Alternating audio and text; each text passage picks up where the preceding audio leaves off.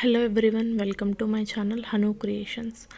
ఈరోజు పొటాటో ఫ్రైని క్రిస్పీగా ఎలా తయారు చేయాలో చూద్దాం.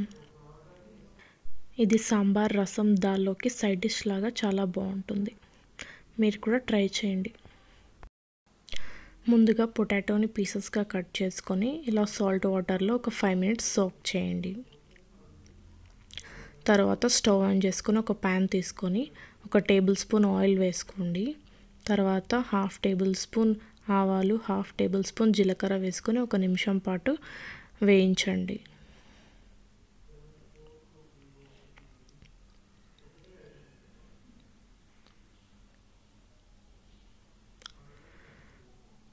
తర్వాత మనం సోక్ చేసి పెట్టుకున్న పొటాటో పీసెస్ని అందులో యాడ్ చేసుకోవాలి. ఒక 2 minutes దాకా పొటాటోస్ని ఫ్రై చేయండి. బాగా మిక్స్ చేస్తూ ఫ్రై చేసుకోవాలి.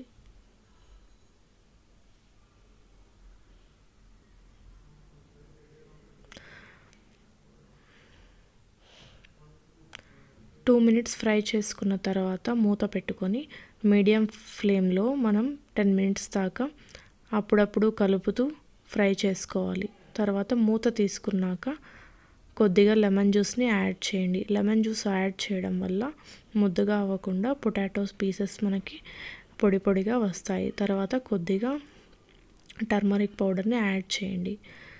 తర్వాత కొద్దిగా సాల్ట్ని యాడ్ చేయండి. మళ్ళీ మూత పెట్టుకొని ఒక 5 minutes ఫ్రై చేసుకోండి. పొటాటోస్ ఇలా బ్రౌన్ కలర్లో క్రిస్పీగా అయ్యేంత వరకు ఫ్రై చేసుకున్న తర్వాత కొద్దిగా కారం పొడిని అందులో యాడ్ చేయండి. బాగా మిక్స్ అయ్యేంత వరకు కలుపుకోండి.